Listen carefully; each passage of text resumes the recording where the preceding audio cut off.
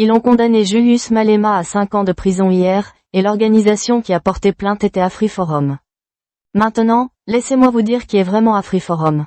AfriForum est une organisation composée principalement d'Afrikaners. Ce sont les descendants de colons néerlandais, français et allemands qui ont envahi l'Afrique du Sud il y a des siècles.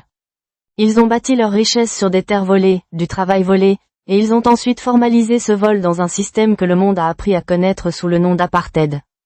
Aujourd'hui, ils se présentent comme une organisation de défense des droits civiques, mais le véritable objectif d'AfriForum est de protéger les inégalités économiques qui ont rendu l'Afrique du Sud si attrayante pour les colons européens dès le départ. 7 de la population contrôlant 73 des terres. Ce n'est pas une communauté menacée. C'est le plan de l'apartheid qui fonctionne encore. Et quand la démocratie chez eux a refusé de le protéger, eh bien, ils ont pris l'avion pour Washington, sont entrés à la Maison Blanche, et ils ont trouvé un ami qui partageait leur politique, et ils ont demandé à un gouvernement étranger de faire ce que le peuple sud-africain ne ferait pas. Cet ami était Donald Trump. AfriForum a fait un lobbying intense auprès de l'administration Trump. Ils ont propagé le mensonge selon lequel les Sud-Africains blancs étaient victimes d'un génocide, et ce mensonge a suffi. Trump a coupé toute aide à l'Afrique du Sud. Plus de 8,000 travailleurs de la santé ont perdu leur emploi du jour au lendemain. Sans ces programmes, plus de 600 décès liés au VIH pourraient survenir dans les décennies à venir. Ce ne sont pas des fermiers blancs persécutés.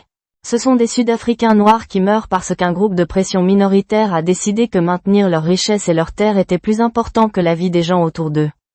Et debout dans le bureau ovale à côté de Trump, lorsqu'il a pris le président Ramaphosa au dépourvu devant les caméras, se trouvait Elon Musk, né et élevé sous l'apartheid, qui a investi des centaines de millions de dollars pour remettre Trump au pouvoir. Ce n'est pas une coïncidence. C'est une coordination. Une minorité blanche qui a perdu le contrôle politique à cause de la démocratie utilise le pouvoir américain pour punir une nation entière et la soumettre. Les habitants originels de cette terre attendent toujours la justice. Et la réponse d'AfriForum à cette attente est de contourner complètement la volonté du peuple sud-africain. Les Afro-Américains comprennent cela très bien. La même idéologie qui détruit les programmes pour les Sud-Africains noirs détruit aussi les programmes pour nous. La même machine et le même argent. C'est le même mépris pour la vie des Noirs déguisés en langage de loi et d'ordre. De Johannesburg à Chiton, de Soweto à Harlem, nos luttes ont toujours été liées, et nous ne pouvons pas nous permettre de détourner le regard. Parce que ce qui arrive à notre peuple en Afrique du Sud n'est qu'un aperçu de ce qui se passe quand nous restons silencieux partout. Et si vous ne le saviez pas, maintenant vous le savez.